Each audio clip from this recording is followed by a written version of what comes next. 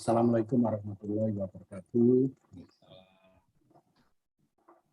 Bapak Ibu sekalian, ya, ini bab 4 ini PPN ya, itu baru ya. Jadi Puskesmas ya belum punya ya. Yang 9 bab itu tidak ada. Jadi ini baru ada di yang versi 5 bab ya. Jadi itu ya tetap harus menyiapkan ini, apalagi yang mau maju tahun depan ya segera dibuat ya. Saya perlu ingatkan lagi, misalnya ya, kalau Bapak Ibu nanti Puskesmas maju misalnya tahun 22 bulan Agustus misalnya gitu ya. Itu materi yang harus disiapkan bagaimana? Itu 1 tahun terakhir, yang dimaksud 1 tahun terakhir itu mulai dari Januari sampai Desember 21 gitu, ditambah Januari sampai Agustus 2002 gitu ya. Itu tolong diperhatikan. Jadi kalau yang mau maju tahun 2002 itu tetap yang tahun 2001 ini harus disiapkan penuh ya. Kalau enggak nanti tidak bisa dievaluasi. Banyak yang tidak mempunyai nilai karena tidak ada datanya ya. Jadi itu. Jadi makanya yang baru-baru seperti ini ya harus segera dibuat kalau memang mau maju tahun 2002 gitu ya. Ya. Kalau enggak nanti gimana? Kan tidak bisa terus, nah kan baru dimulai baru didok tanggal ini kelihatannya itu tidak berlaku ya. Baik, nah ini apa bab 4 itu ada 5 ya, ada 5 penyakit yang apa itu harus disiapkan, yaitu pencegahan dan penurunan stunting ya, kemudian penurunan AGI-AKB ya, kemudian peningkatan cakupan imunisasi ya, penanggulangan TB dan pengendalian penyakit tidak menular ya. Nah, ini ada 5 ini. Sebetulnya ini sudah dikerjakan. Kalau masalah dikerjakan itu sudah, tapi masalah menyiapkan apa dokumennya itu yang mungkin yang belum. Jadi apa mengerjakan programnya ya, mengerjakan itu tetap PDCA ya. Jadi direncanakan ya, dikerjakan ya, dimonitoring, dievaluasi. Selalu itu tetap Bapak Ibu di Puskesmas harus hafal ya. Jadi kalau mengerjakan program UKM itu selalu mengerjakannya ya, selalu ya PDCA, direncanakan, dikerjakan, dimonitoring, dievaluasi. Selalu begitu ya. Harus lengkap ya. Tidak boleh dijawab ini baru direncanakan aja tapi belum dilaksanakan, tidak boleh. Tidak bisa dinilai namanya. Namanya siap akreditasi itu PDCA-nya harus sudah sampai selesai. Tidak boleh hanya dikerjakan separuh. Kemudian manajemennya yang mendukung itu P1, P2, dan P3. Ya, itu juga selalu ya. Jadi antara P1, P2, P3, dan PDCA itu saling bergandengan untuk menjalankan program ini. Ya. Ini babnya ya, nanti dibaca sendiri ya. Jadi elemennya itu sekarang ada 34 ya, 34 elemen ya, di KEP ya. Kemudian yang terakhir, penyakit yang tidak menular ya. Jadi ini yang terakhir dari PPN yaitu.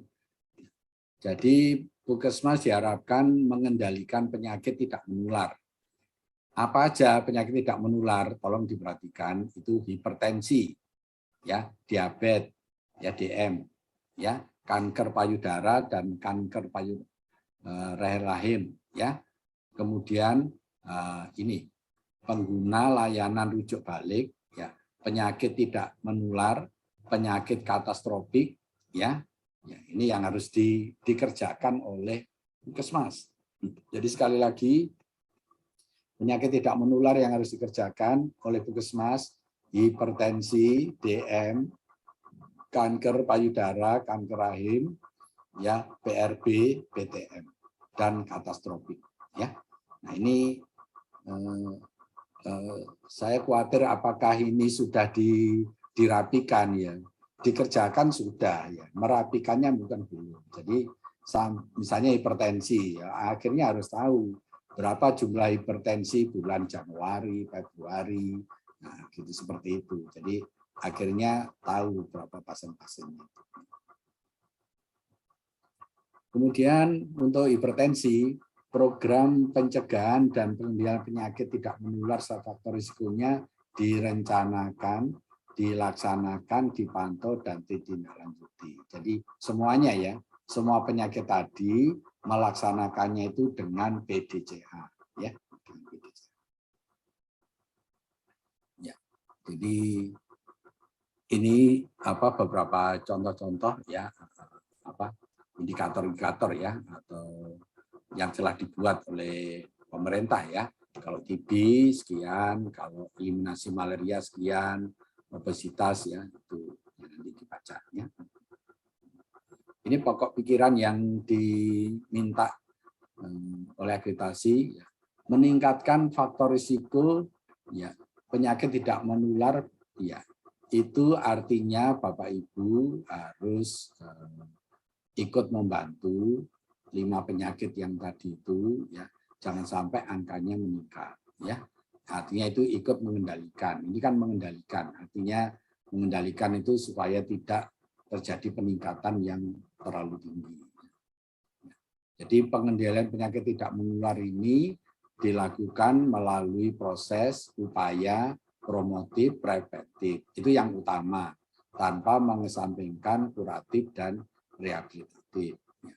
Perlu deteksi dini, ya. Screening ya.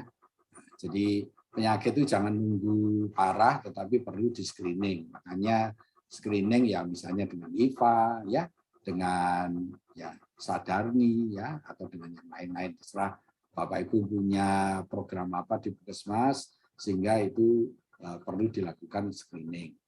Kemudian dalam pengendalian faktor ini antara lain pola makan ya, aktivitas, tidak merokok dan faktor lain itu yang lebih itu. Jadi supaya tidak hipertensi pola makannya gimana, supaya gulanya tidak naik pola makannya bagaimana, itu perlu diupayakan. Baik nanti dalam bentuk brosur-brosur atau yang lain ya, nanti supaya ini bisa. Kemudian perlu dimonitor, perlu dievaluasi, dan perlu ditindaklanjuti ya. Sama seperti yang lain tadi ya. Jadi kegiatan ini perlu dipantau, ditindaklanjuti ya. Ini elemen yang diminta, ditetapkan indikator. Jadi sama ya, semuanya perlu membuat indikator kinerja ya. Itu yang dibuat pertama kali ya. Kemudian setelah itu perlu membuat program pengendalian penyakit tidak menular ya. Kemudian setelah itu kegiatan ini perlu dikoordinasikan dan dilaksanakan dengan lintas program dan lintas sektor ya. Kemudian dilakukan pelaksanaannya ya. Kemudian dilakukan tata laksana penyakit secara terpadu ya, mulai dari diagnosis, pengobatan, pemantauan, evaluasi. Jadi nanti akhirnya masing-masing semua itu punya SOP-nya ya.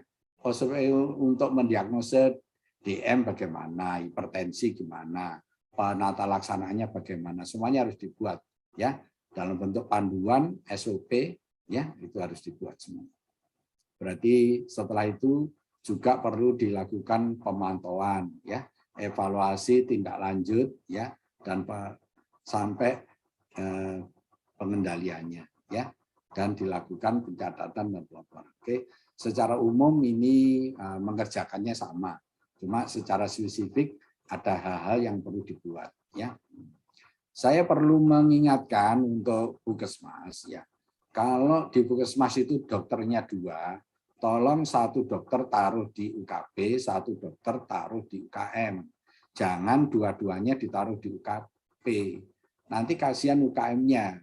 Sekarang UKM-nya banyak penyakit-penyakit ini, kalau tidak ada dokternya, nanti kasihan petugasnya.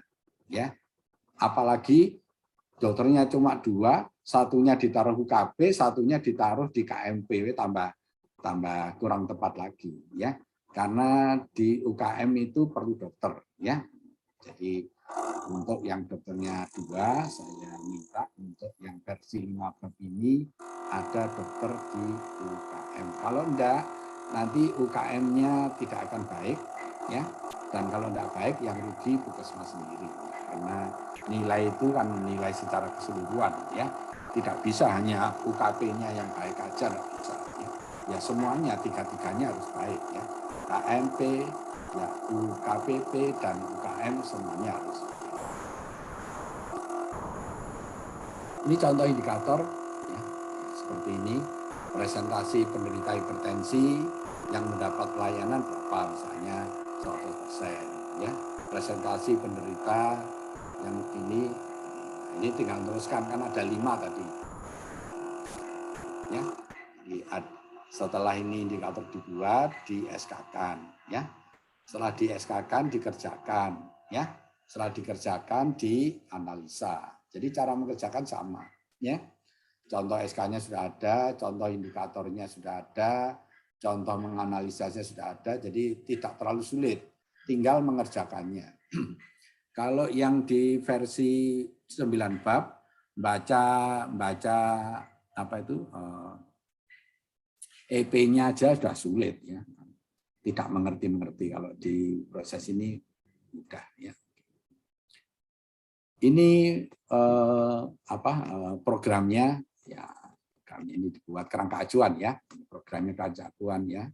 Terserah Bapak Ibu nanti ini diberi contoh ya. Misalnya ini penyelenggaraan UKBM melalui Posbindu, ya. Deteksi dini kanker melalui Sadanis ya. Deteksi kanker rahim melalui IVA ya. Ini contoh-contohnya. Jadi Bapak Ibu tinggal menyesuaikan nanti kira-kira mana yang cocok untuk puskesmas Bapak Ibu. Kalau panduan wawancara contohnya seperti ini. Jadi ini sudah ada semua. Nanti materi ini saya kirim supaya Bapak Ibu bisa membuatnya. Ya, ini koordinasinya ya. Nah, jadi koordinasi itu perlu pembuktian, pelaksanaan, pemantauan, ya. Ada contoh-contohnya. Oke. Ini kegiatannya, ya, diberikan seperti ini, ya, contohnya, ya, pedoman, ya, pendaftaran, wawancara, pengukuran, pemeriksaan, identifikasi, ya. Nah, jadi ini perlu dibuat panduannya, ya. Ada buku-buku yang sudah ada, bukunya seperti ini. Buku panduan manajemen penyakit tidak menular. Bukunya sudah ada. Ya, tinggal Bapak Ibu cari. Kemudian dari buku ini nanti ada yang dibuat SK, ada yang dibuat SOP, ada yang dibuat panduan ya, perlu di ini kan baru dokumen eksternal, nanti perlu membuat dokumen internalnya. Ini tata laksana kasusnya ya, masing-masing penyakit ya, 5 tadi ya. Diagnosisnya, pengobatannya, pemantauannya, evaluasi dan lanjutnya semuanya perlu dibuatkan ya. Ini termasuk panduan adaptasi kebiasaan baru untuk COVID ya. Nah, ini pengendaliannya, ini diberikan contohnya seperti ini, bukti pemantauannya sudah ada seperti ini. Ini Bapak Ibu bisa baca ya. Ini SOP register ya, registernya tolong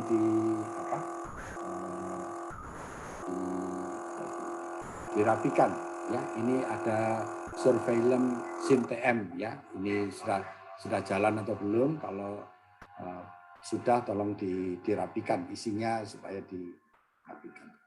Oke, sampai di sini ya, masih berapa, 5 menit, 3 menit, ada pertanyaan silakan.